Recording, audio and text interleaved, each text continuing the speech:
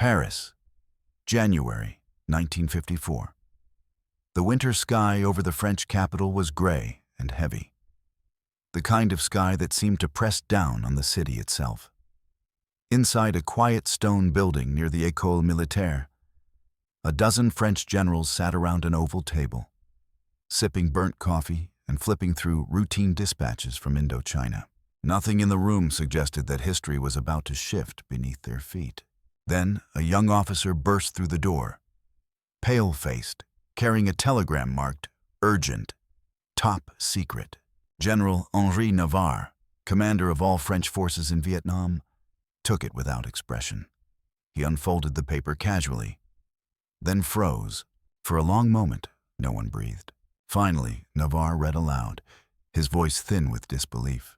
"The Viet Minh heavy artillery, sighted on the surrounding highlands of Dien Bien Phu." The room erupted. "That's impossible," one colonel snapped. "There are no roads," another protested. "How could they move field guns through mountain jungle?" a third demanded. Navarre didn't answer. His eyes were locked onto the telegram, as if the paper itself were mocking him. Everything about their strategy, everything, depended on a single assumption. The Viet Minh could never, under any circumstance, bring heavy artillery into the mountains. French intelligence had been clear. The terrain was too steep.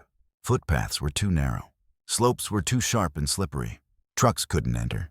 Mules couldn't climb. A 105mm howitzer weighed nearly 2 tons. Moving even one gun seemed unthinkable. But the message implied something far worse. Not just one gun. Not a handful. Dozens, possibly hundreds, of artillery pieces were now positioned above the French fortress. If true, it meant Dien Bien Phu, France's strongest outpost, was sitting in a death trap.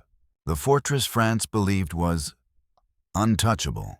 Months earlier, Navarre had approved the creation of a fortified base in the remote valley of Dien Bien Phu, near the Laotian border. French strategists imagined it as a perfect bait position, a wide valley floor where tanks and infantry could maneuver, a long, reliable runway for C-47 and C-119 transports, a network of fortified positions, Him-Lam, Gabriel, Anne-Marie, Beatrice, a belief that the surrounding mountains would protect them from heavy fire. French planners were confident. The Viet Minh are guerrillas. They can't fight a modern artillery war. General Navarre said it openly. Giap cannot move heavy guns into that terrain. Therefore, the valley is safe. It wasn't arrogance, they thought. It was military science. But science means nothing when the data is wrong. The first signs. Something was wrong. 2 weeks before the telegram reached Paris, soldiers in Dien Bien Phu began hearing strange noises after sunset. The groaning of wood under strain, the scrape of ropes pulling across stone, rhythmic thuds echoing from the hills. French patrols reported these mysterious sounds, but reconnaissance planes flying overhead saw nothing. The jungle canopy hid everything. Some officers joked, "Perhaps the Viet Minh are dragging the entire jungle toward us." But one intelligence captain wasn't laughing. He filed a quiet report. Unusual night activity on multiple ridgelines, possible large-scale movement. His superior dismissed it almost immediately. No trucks, Endstone, no artillery. No open roads, Ernst, no artillery. No radio signals, no artillery. Case closed. French intelligence didn't simply miss the threat. They refused to imagine it. Giap's decision that changed the war. Meanwhile, in the misty forests of northwest Vietnam, General Võ Nguyên Giáp had made a decision so bold that even his own staff questioned his sanity. Move hundreds of heavy artillery pieces into the mountains by hand, not by motor vehicles, not with airlifts, not with pack animals, by human power alone. Tens of thousands of volunteers, many of them teenagers, used bamboo poles, homemade wooden winches, rattan ropes, mud-slick trails, and raw, unbreakable determination. They dragged cannons through ravines, across rivers, and up near vertical slopes. They carved steps into cliffs, They built hidden tunnels into the hillsides to conceal artillery from French aircraft. They worked only at night. They used no radios. Workers covered cannon barrels with branches, mud, and leaves until the guns looked like fallen trees. The French later said it felt as if the mountains themselves had swallowed the machinery. The world assumed modern warfare required trucks, engines, fuel, and steel. Giap proved that willpower and ingenuity could replace all four.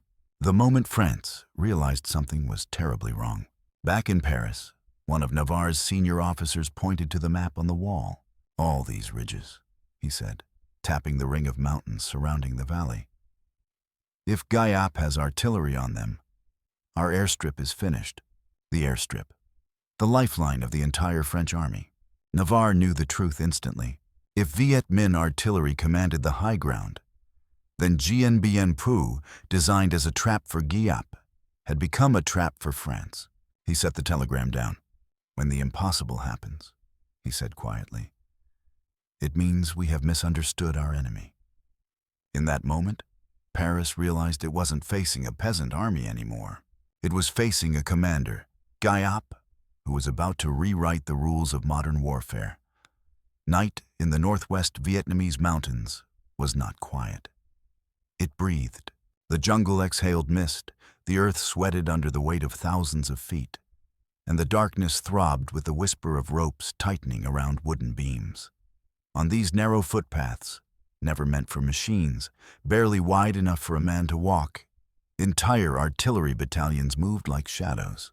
No headlights, no engines, no radio chatter, just the steady rhythm of human grit. A French officer would later describe it. It was as if the jungle itself rose up and crawled. But this was not nature. This was General Võ Nguyên Giap's army executing an operation no Western commander had ever imagined possible. The work of 10,000 hands. During the day, the forest was still. Nothing moved. Soldiers and civilians alike lay hidden under the canopy, sleeping in silence, waiting for the sun to sink. At dusk, the transformation began. Thousands of young men and women, many barely older than 16, took their places around the iron monsters they were about to drag through the wilderness. 105mm field guns, 75mm artillery, 37mm anti-aircraft cannons, shell crates weighing more than some of the carriers themselves. They gripped bamboo poles wrapped around the guns like makeshift harnesses. Some pulled, others pushed. Dozens hauled on ropes thick as a man's wrist. And they moved, inch by inch. When the slope rose too sharply, entire teams hammered wooden stakes into the ground, threading vines and ropes through them to create a primitive but effective pulley system. Women climbed trees to anchor lines. Men braced their feet against muddy ledges carved into the hillside. A single shouted order echoed. "Highland pull!" And the 2-ton gun lurched another foot forward. Sometimes, progress was measured not in yards, but in inches. Ropes, mud, and sheer determination. The French later tried to estimate the manpower needed to move a single howitzer through that terrain.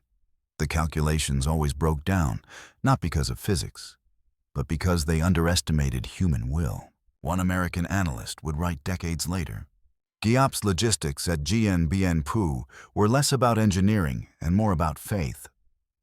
Every obstacle seemed designed to break a normal army. Steep ridges. Soldiers carved steps into the rock with picks made from scrap metal. Rivers swollen by monsoon rains. Teams built floating bamboo bridges in total darkness. Mud so deep it swallowed boots. Workers laid entire mats of tree branches across the path to keep guns from sinking. Everywhere, sweat mixed with the red dirt of the mountains. "Why do you continue?" an American journalist later asked a former porter. The old man smiled. "We were fighting for our own land. The mountain belonged to us. Why would it stop us?" Silence as a weapon. The most astonishing part was not the labor. It was the silence. French reconnaissance aircraft flew overhead daily. They saw nothing. Each time they passed, entire columns froze beneath the trees, flattening themselves against the jungle floor.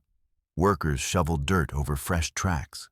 Camouflage crews scattered leaves over cannon barrels until the metal disappeared into the forest. No signal operators used radios.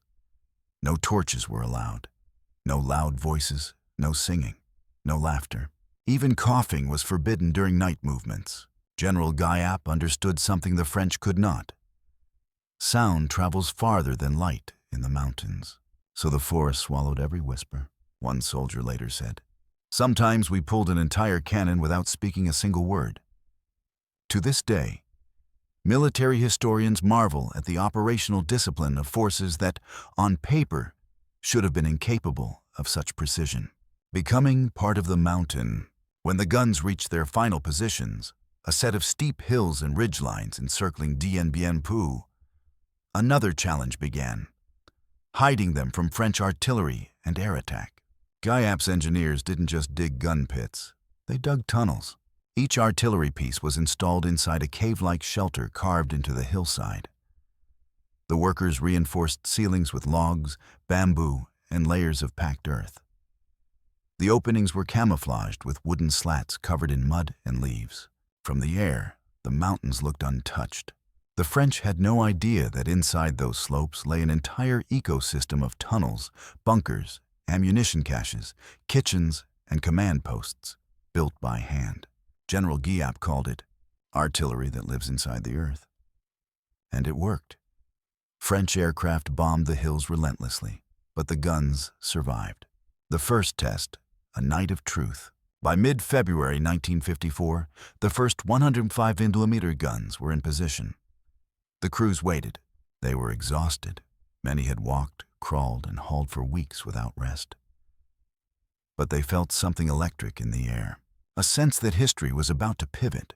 When one gun commander asked his crew how they felt, a young porter replied, "We have carried this cannon across mountains. Now it will speak for us." Deep inside the jungle, Giap's staff received final reports. Gun emplacements completed, ammunition stocked, communication lines established. Troops dug in. The trap was ready. But Điện Biên Phủ was more than a battlefield. It was a test of modern assumptions. French generals believed warfare was defined by technology. Giap believed it was defined by people. And now, thanks to the impossible march through the mountains, he had placed his people and his guns exactly where they needed to be. The valley below slept, unaware. The French fortress glittered under the moonlit clouds. And somewhere on a ridge, a Việt Minh lookout whispered, "Soon, March 13th, 1954. Dawn crept slowly over the Điện Biên Phủ valley, brushing a pale glow across the French fortress. Fog rolled over the rice paddies like ghostly waves. Inside the command bunker, Colonel Christian de Castries, commander of the French garrison, sipped his morning coffee and scanned the latest intelligence reports.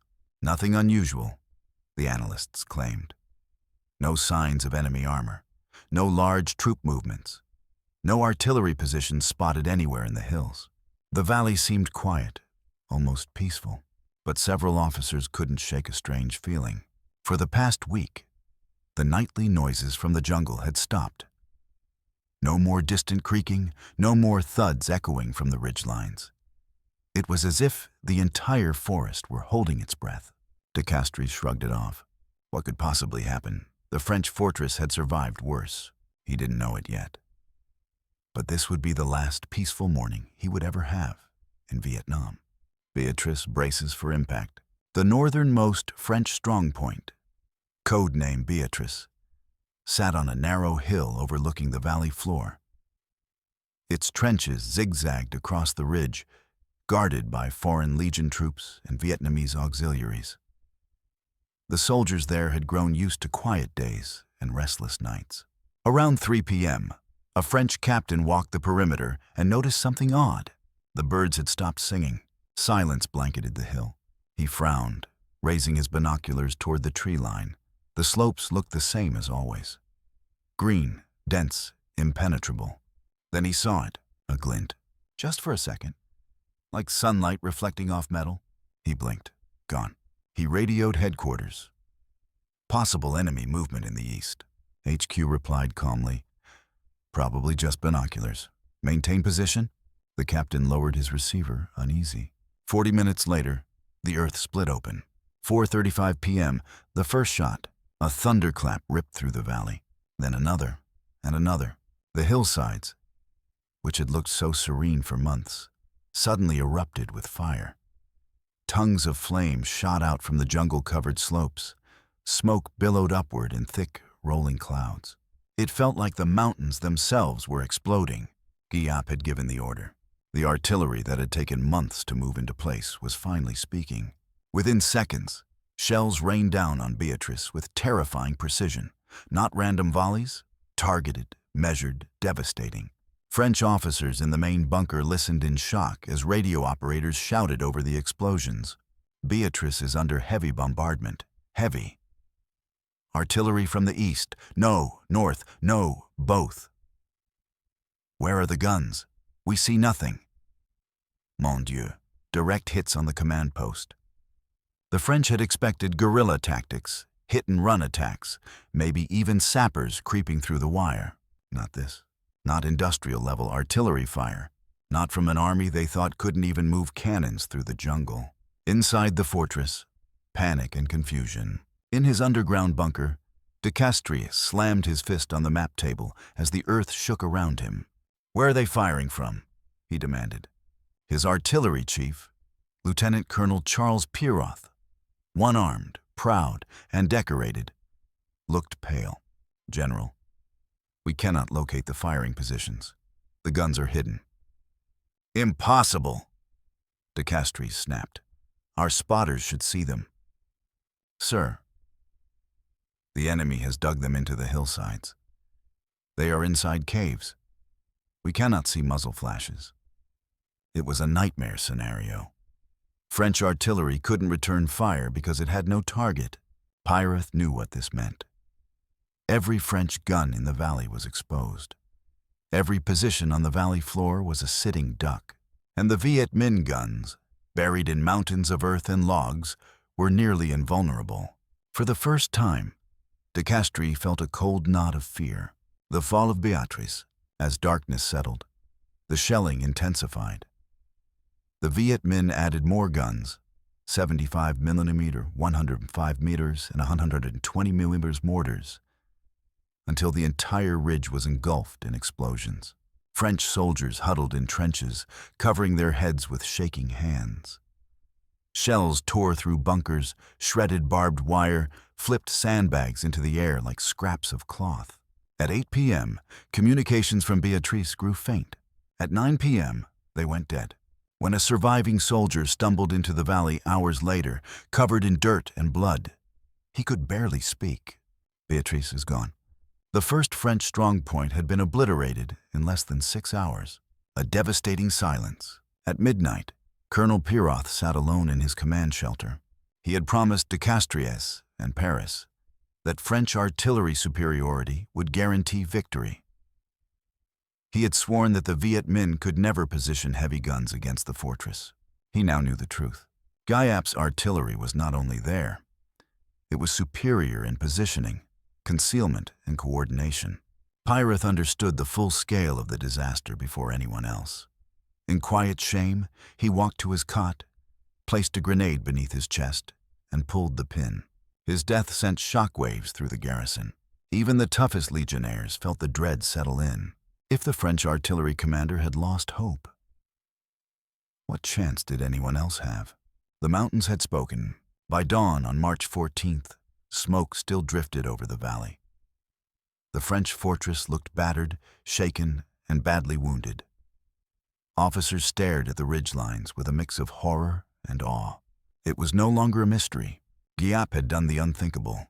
He had brought heavy artillery into the impossible, hidden it inside the earth, protected it from counterfire, coordinated it with perfect timing, and he had used it to annihilate one of France's strongest positions in a single night.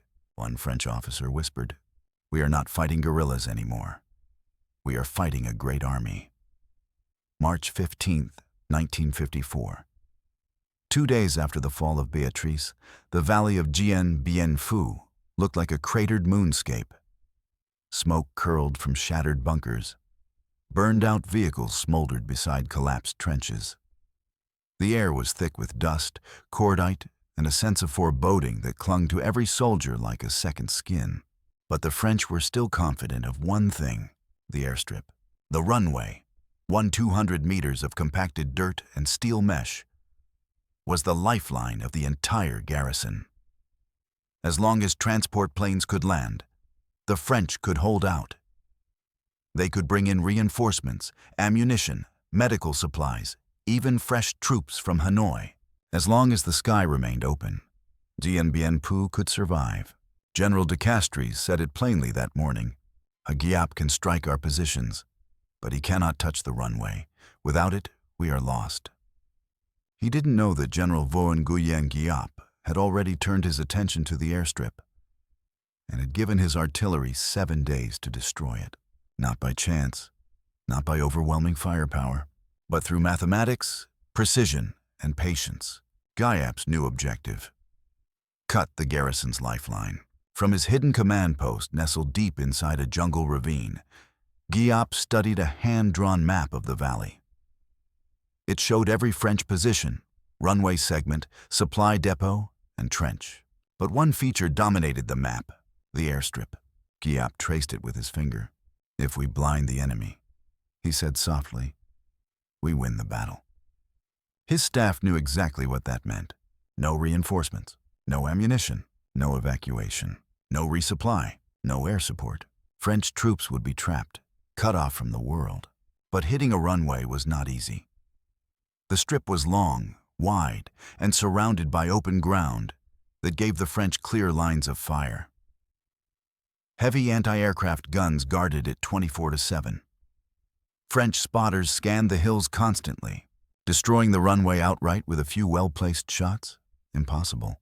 Giap didn't want a dramatic explosion. He wanted death by 1,000 cuts. "Break the airstrip," he ordered.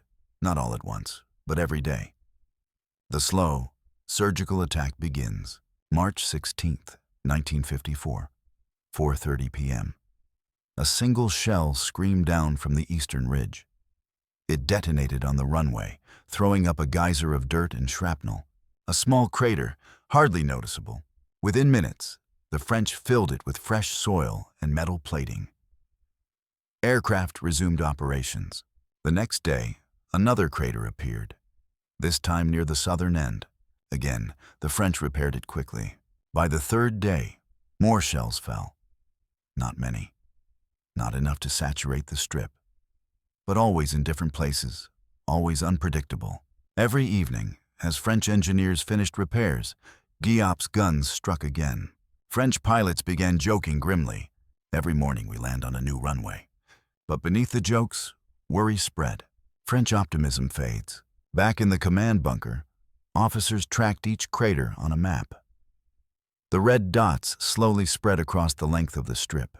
Captain Marc Legrand, an engineer responsible for repairs, warned, "Sir, they're not trying to destroy the runway. They're trying to exhaust us." His commanding officer scoffed, "Nonsense.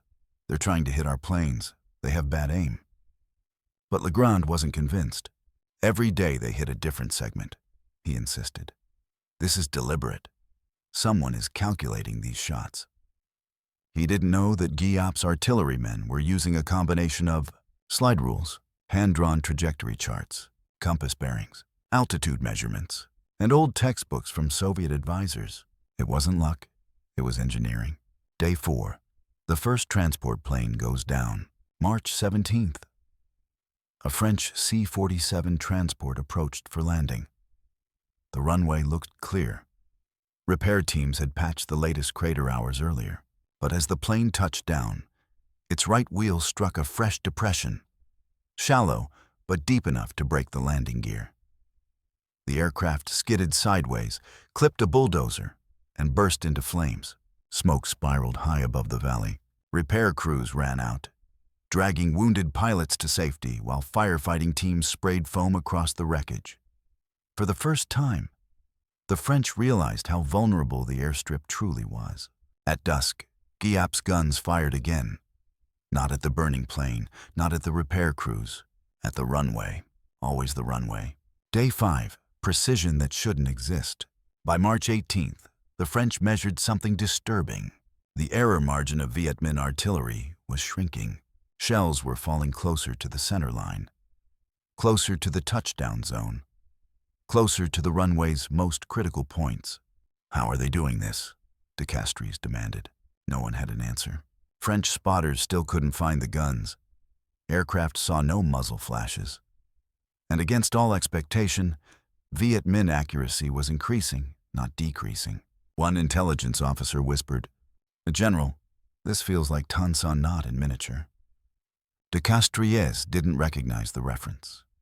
He would 21 years later, when American officers made the same mistake. Day 6. The airstrip becomes a graveyard of metal. Another transport was hit while taxiing. A second blew a tire in a hidden crater. A third aborted landing after shell fire struck near the approach path. The French were now burning more fuel evacuating damaged aircraft than they were delivering supplies. The valley floor was littered with twisted metal. Wings, engines, landing gear, all silent, all useless. At night, Viet Minh gunners adjusted their positions. At dawn, they opened fire again. Relentless, precise, patient. Day 7. The French sky closes. March 19th, 1954. The 7th day. A barrage of shells landed across the center of the runway, creating 3 deep craters. Repair teams rushed in, then scattered as another shell hit the northern edge. A C-119 flying boxcar attempted to land, wobbling in the crosswinds. It saw the craters. It saw the smoke.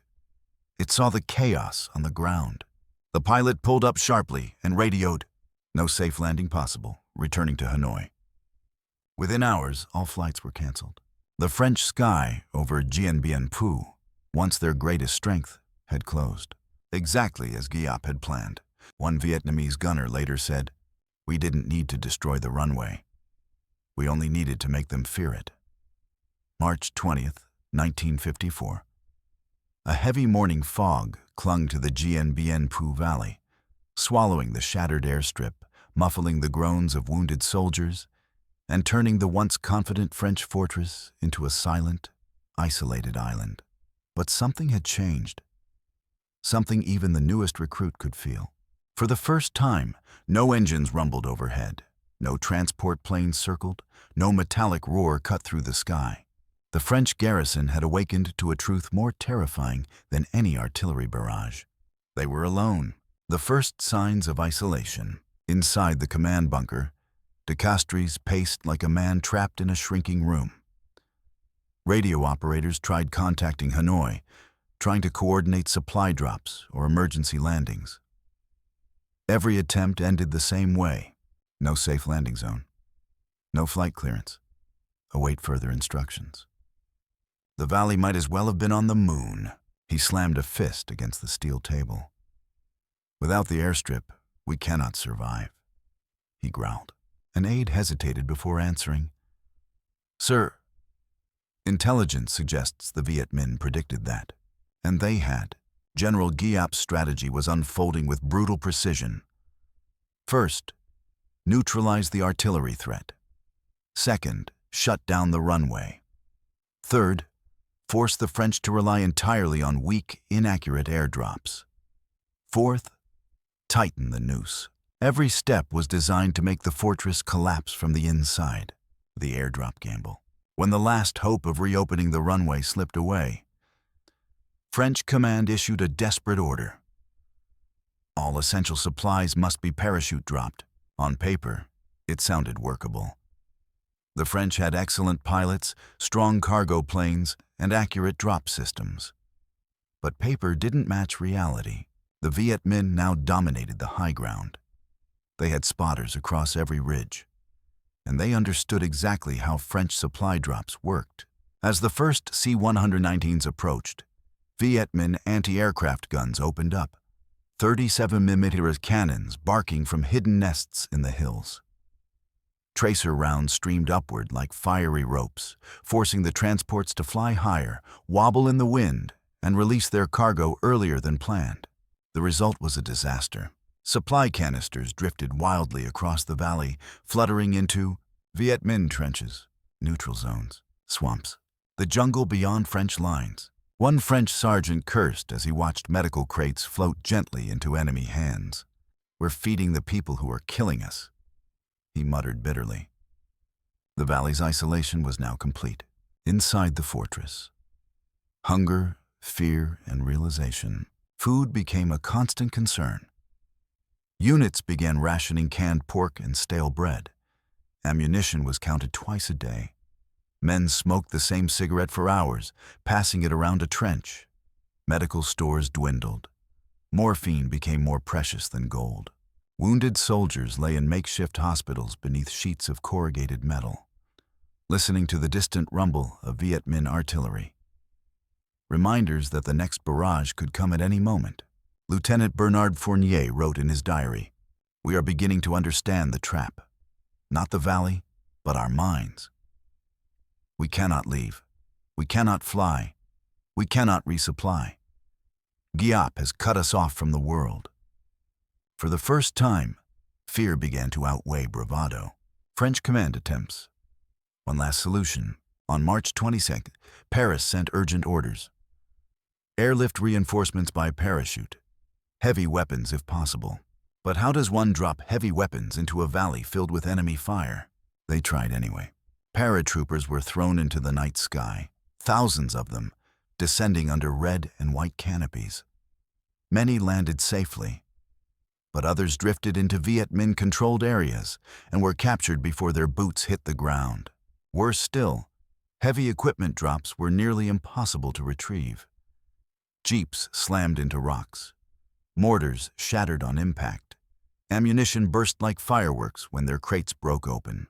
Each botched delivery strengthened Viet Minh confidence. Each loss deepened French despair. One American advisor embedded with French command later wrote, "We watched supplies falling everywhere, except where they were needed." Giap didn't just cut off the fortress, he turned the sky into an enemy. Giap tightens the news. From his hidden command post, General Giap watched reports come in. Supply success rate dropping below 30%. French artillery firing fewer rounds due to rationing. Paratroopers struggling to regroup. Morale in the valley falling fast. He saw exactly what he wanted. An isolated, starving, exhausted garrison, losing its will to fight. But he wasn't done. He ordered engineers to dig new trench lines, each one inching closer to the French positions. These trenches snaked across the valley floor like roots searching for water. It was a tactic perfected against colonial armies. Approach warfare, close the distance, break the enemy physically and psychologically. French outposts watched in horror as Viet Minh trenches crept forward day by day, like a living organism tightening its grip. The realization, Điện Biên Phủ was already lost. By late March, the French garrison faced a truth no one dared speak aloud. The battle might already be unwinnable. Every advantage the French believed they possessed, air power, heavy weapons, resupply capability, defensive positioning, morale, all evaporated the moment the runway fell silent. What remained was a fortress with no exit, surrounded by an enemy who controlled the ground, the hills, and even the sky. In his journal, a French major captured the moment of realization with chilling clarity. The valley is now a bowl. We are the water trapped inside it, and Giap is heating the fire below. The French still fought bravely. But courage cannot stop hunger. It cannot replace ammunition. It cannot fight off exhaustion. General Giap had cut the valley off from the world, and now he was preparing to crush it. April arrived in Điện Biên Phủ like a slow, tightening fist. The valley, once bustling with French confidence, was now a maze of shattered bunkers, dirt-choked trenches, and the constant smell of smoke. Every man felt it. The enemy was closing in. You couldn't see them, but you could hear their shovels. You could feel their presence in the earth beneath your boots. Giap's Viet Minh troops were no longer fighting out there in the jungle. They were coming forward, every hour, every night, every inch, and nothing the French did could stop them. The valley shrinks. From his command post deep inside the jungle, General Võ Nguyên Giáp studied a large operations map lit by a dim lantern. Red arrows, red triangles, red lines. They all pointed inward toward the French fortress. His officers briefed him. "Comrade General, the new trench line is within 250 meters of Huguet 6. Artillery positions are fully supplied. Anti-aircraft units report increased enemy attempts at airdrops." Giap nodded, his expression calm but focused. "The French are isolated," he said. "Now we move closer." That phrase, "move closer," was terrifyingly literal. Across the valley, Viet Minh units dug trenches toward the French strongpoints in zigzag patterns to avoid direct fire.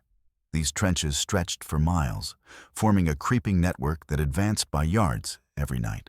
French soldiers called it the Red Tide.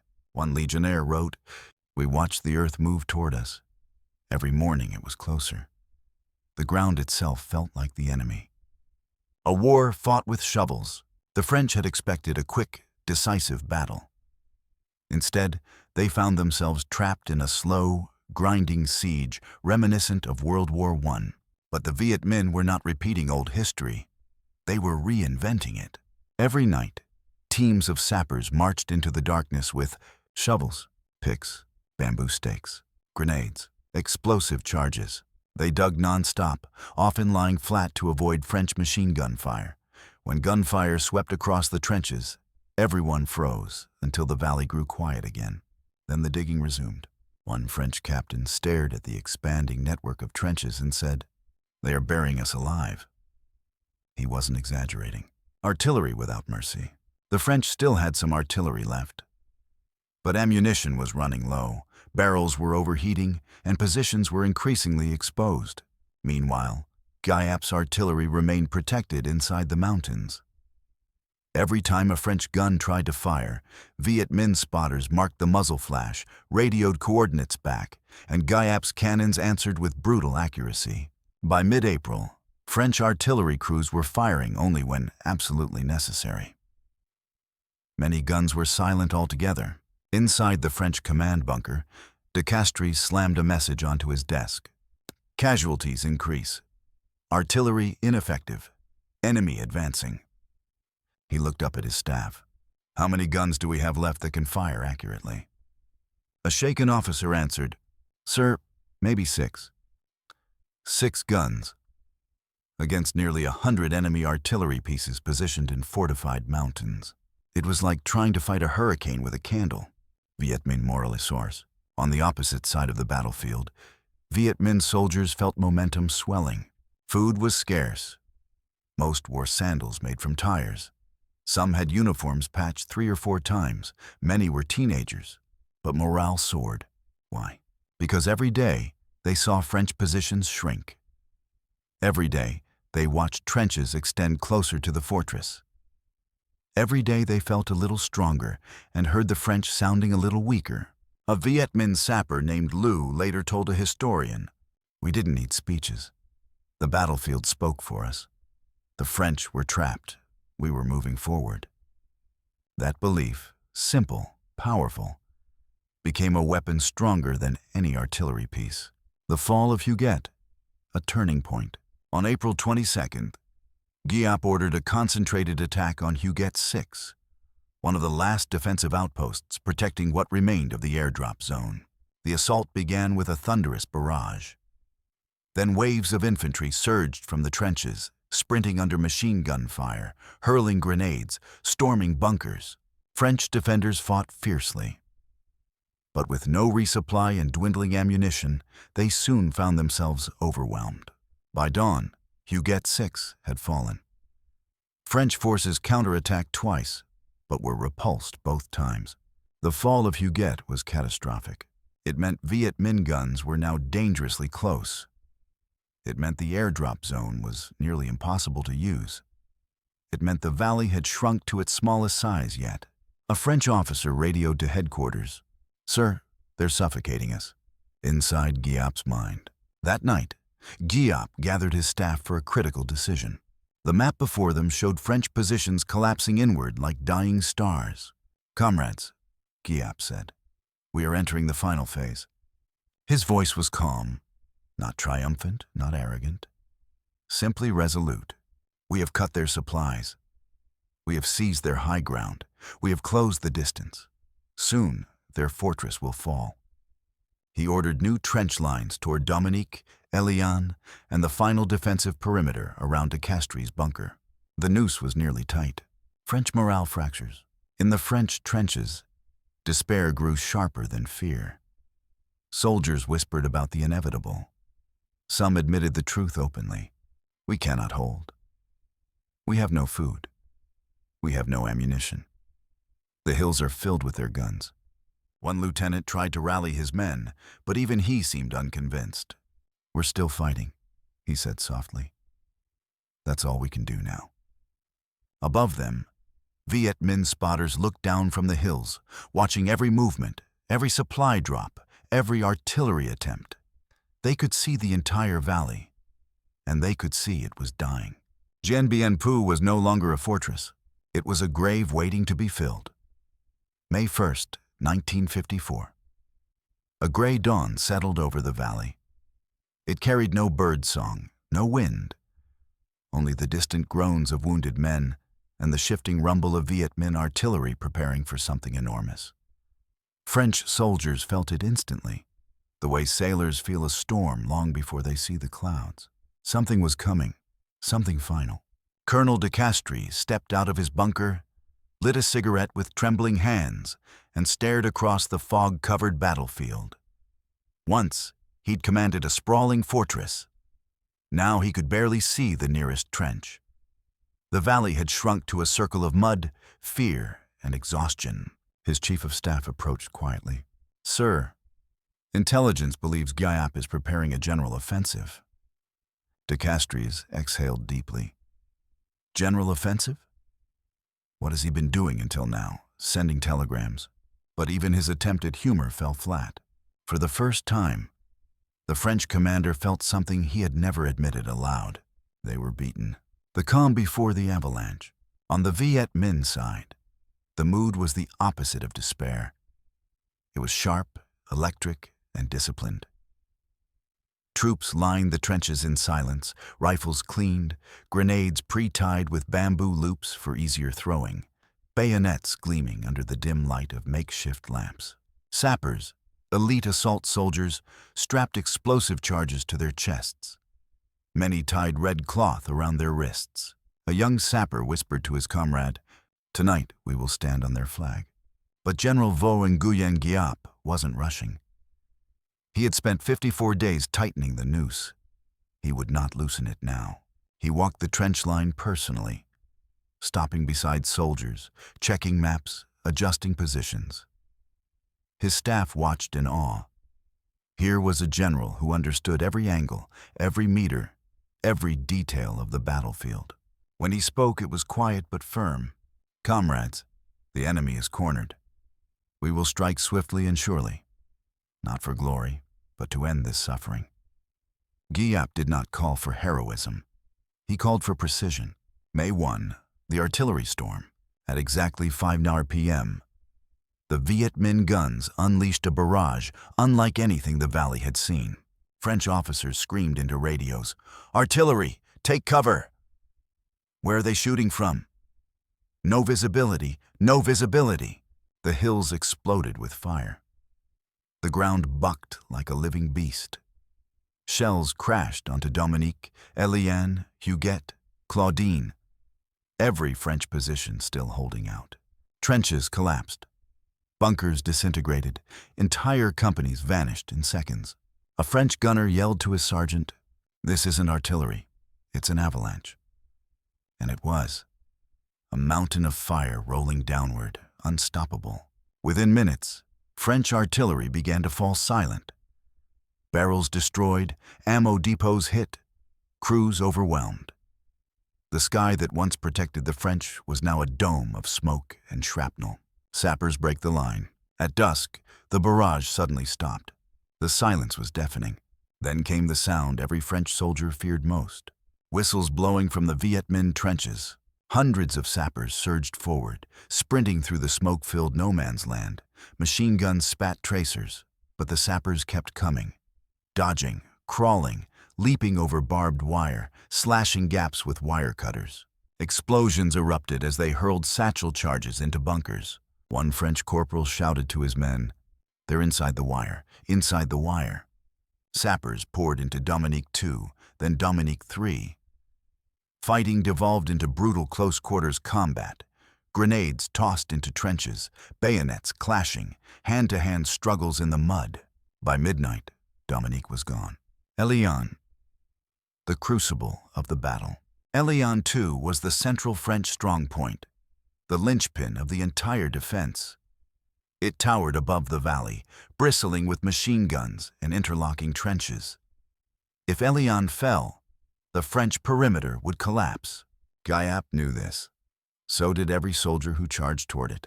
The Viet Minh assaulted Eliane in 3 coordinated waves. First, sappers with explosives. Second, infantry armed with grenades and rifles. Third, close support units to finish the assault. The French fought fiercely, determined to hold at all costs. Machine guns ripped through the first wave, but the sappers kept coming. Eventually, they reached the bunkers and detonated massive charges beneath them. French trenches disappeared in pillars of dirt and fire. The ground itself seemed to rupture. Still, the French fought on. A wounded lieutenant shouted above the chaos, "They must not take Eliane. Hold, damn you, hold!" But Giap had calculated everything. As French units concentrated on one flank, Viet Minh forces tunneled under another. Before dawn, they set off a massive mine charge beneath the eastern slope. The explosion lit the valley like lightning. A chunk of the hill collapsed. French defenders were buried alive. At 3:30 a.m., Giap's flag rose over Eliane 2. The last major strongpoint had fallen. The French breakpoint. Inside the bunker, de Castries listened numbly as radio operators relayed the news. Dominique lost. Eliane has fallen. Huguet no longer responding. He lowered his head. "The line is broken," he whispered. "We have no line left." Outside, French soldiers were retreating to a final, tiny perimeter around the command post. There was nowhere else to go. Only mud, barbed wire, and enemy trenches a stone's throw away.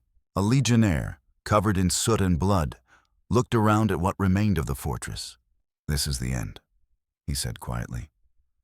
"We're fighting on a postage stamp." The Viet Minh smell victory. Giap did not celebrate.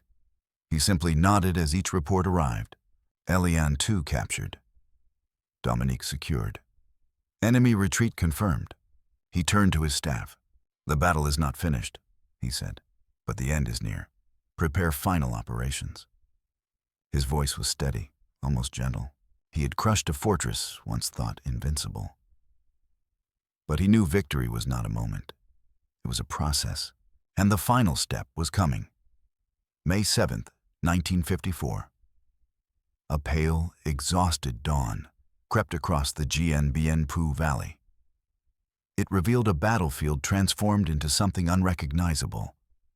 A maze of blasted trenches, cratered hills, and the broken skeletons of bunkers barely clinging to their original shapes. For the French soldiers still alive, the morning felt unreal. Dreamlike, numb, suspended between disbelief and inevitability. They knew what day it was. They knew what was coming. They could feel it in the earth. The fortress was dying. A command post in ruins. Colonel Christian de Castries stepped out of his bunker, blinking at the harsh light. His uniform was covered in dust, his boots caked with days of mud, his face drawn and hollow. Once the proud commander of a massive fortress, he now presided over a patch of earth barely wider than a football field. A young lieutenant approached, limping. "Sir, messages coming in. The Viet Minh trenches are within 50 meters of our last wire." De Castries nodded silently. 50 meters. Half the length of a city block. Giap's army was right there, close enough to hear whispers, close enough to smell the cigarettes French troops smoked to calm their nerves. The colonel walked back inside the bunker. The ceiling dripped from shell shock, dust trickled down the walls, and the radios buzzed with static, the last threads linking Dien Bien Phu to Hanoi. The command post, once bustling with officers and maps, now looked like a wrecked submarine. Outside, French soldiers huddled in trenches, clutching rifles with trembling hands, staring across a no-man's land they knew would soon be flooded with Viet Minh troops. Giap gives the final order, a mile away. Hidden beneath dense jungle foliage, General Võ Nguyên Giáp stood in his forward command post, calmly reviewing the final attack plan. His officers gathered around a hand-drawn map, its lines almost touching. All units are ready, an aide reported. Artillery has full complement. Sappers are in position. Giap studied the map for a long moment. He knew the cost already paid. Tens of thousands wounded, weeks of relentless struggle, mountains moved, trenches dug yard by yard. He also knew what this final assault meant. Not only military victory, not only the collapse of a fortress, but the collapse of French colonial power in Indochina. At 10 a.m., Giap quietly said, "Begin the final attack." No triumph, no roar, just simple, absolute certainty. The avalanche falls. The first barrage came down like the wrath of the mountains themselves. Shells ripped across the shrinking French perimeter, obliterating the last defense lines. Machine gun nests collapsed. Trenches disappeared under mud and flames. French soldiers screamed into radios, "They're preparing to storm us. We can't hold." Artillery. Where is our artillery? But the French guns had been silent for days. Then the whistles blew. Thousands of Viet Minh soldiers surged forward. Sappers with explosives, infantry with bayonets, squads with flamethrowers crafted from gasoline cans and pipes. They moved through the smoke like ghosts. A French captain shouted, "Fix bayonets, they're coming." Gunfire erupted. Grenades exploded. Hand-to-hand combat tore through the mud. But it was hopeless. Every French strongpoint had been isolated. Every trench taken or bypassed. Every bunker broken open by sappers. A legionnaire fought until his rifle jammed, then used his helmet as a weapon. Another tried to drag a wounded comrade back, only to fall from a sniper's bullet. By noon, the French front line no longer existed. There was no line, only clusters of exhausted men fighting for nothing but pride. De Castries faces reality. Inside the bunker, De Castries listened to the chaos above. The radio crackled with desperate messages. Claudine 5, overrun. Eliane gone. Surrender being discussed. Finally, the French radio operator turned to his commander, tears in his eyes. "Sir, we have no more positions to report." De Castries sank into his chair. "We have done all we can do." There was no drama in his voice, only exhaustion. At 5 p.m., he sent the message to Hanoi. "We are about to cease resistance." The white flags rise. At 5:30 p.m., the surviving French soldiers were ordered to lay down their weapons. Some refused at first. Some wept. Some stared blankly at the ground. But slowly, one by one, white cloths, shirts, handkerchiefs were tied to rifle barrels and lifted above the trenches. Across the valley, Viet Minh troops stopped firing. Then came silence. A silence louder than any bombardment. General Giap received word of the surrender. He closed his eyes for a moment, not in celebration, but in reverence for the brutal cost paid on both sides. The Viet Minh enter the fortress. As dusk approached, Viet Minh soldiers walked into the French perimeter, not charging, not shouting, walking. Some French soldiers extended shaky hands in surrender. Others simply dropped their rifles and collapsed. A Viet Minh officer climbed onto the ruined French command bunker and planted a flag. The soldiers around him cheered, not wildly, but with deep, exhausted pride. They had done it. They had defeated a modern army. They had ended 80 years of colonial rule. Giap's moment. Near nightfall, General Giap arrived at the valley floor. He walked slowly, surveying the devastation.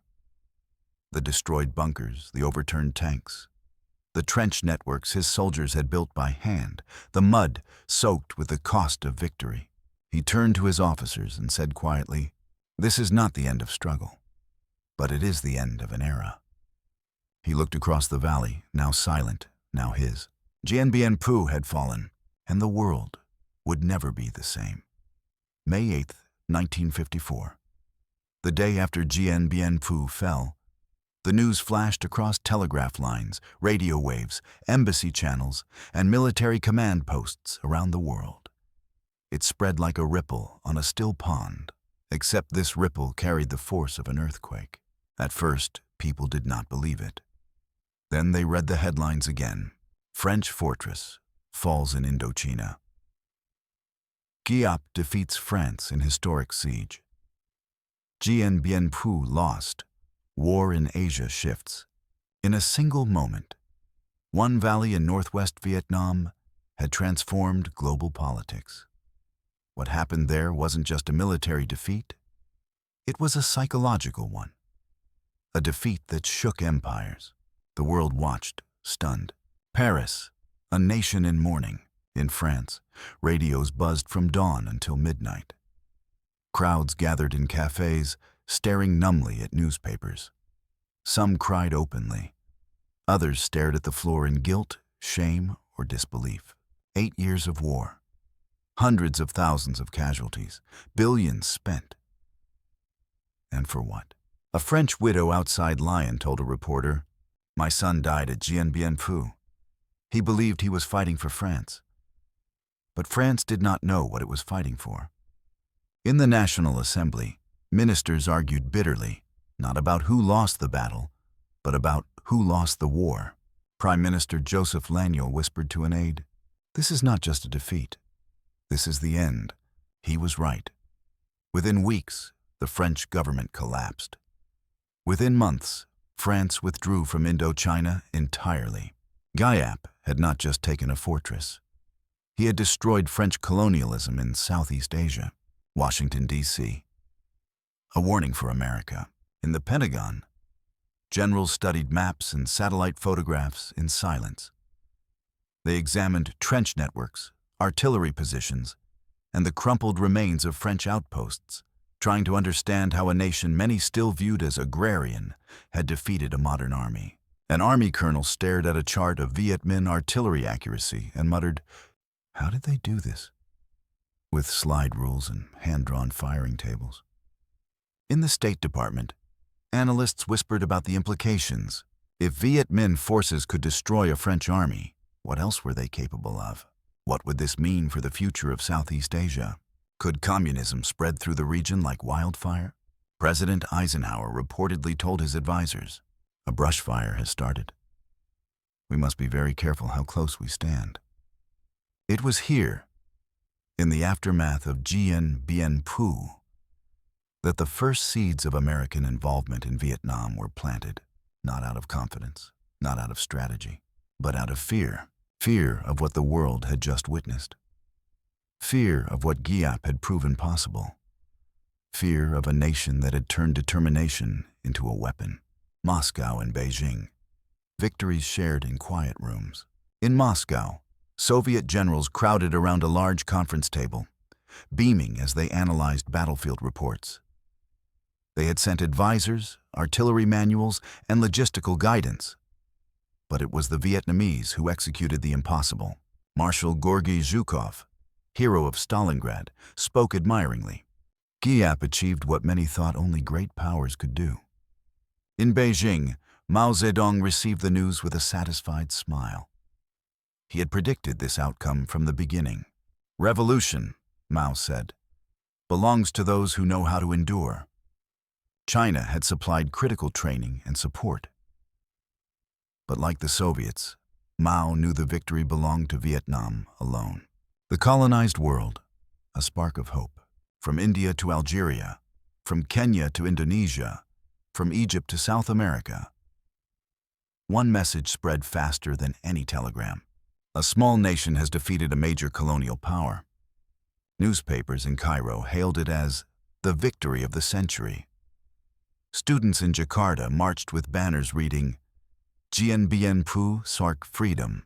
In West Africa, a young officer named Thomas Sankara would later say, Vietnam showed us that colonialism is not destiny. Even leaders far removed from the conflict felt its impact. Kwame Nkrumah in Ghana said, "Vietnam has opened the door for all of us." Nelson Mandela, then a young activist in South Africa, wrote in secret, "Their struggle is our struggle. Their victory is proof that the oppressed can overcome the impossible." Dien Bien Phu was no longer a battlefield. It was a symbol. Saigon, a different kind of shock. In South Vietnam, the reaction was complicated. Fear mixed with admiration. Many civilians whispered, if they can defeat the French, can they one day reunite the country? In small cafes, students debated the meaning of the victory. Some called it liberation, others called it danger. But everyone agreed on one truth. Vietnam had changed forever. The Viet Minh, victory without celebration.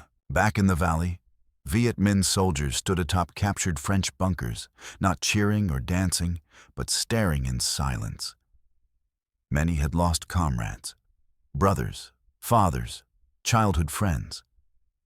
The cost of victory lay scattered across the field. A young soldier said quietly, "We have won, but at a price written in blood." General Giap visited the valley on May 8th. He walked past trenches, destroyed artillery, and exhausted soldiers.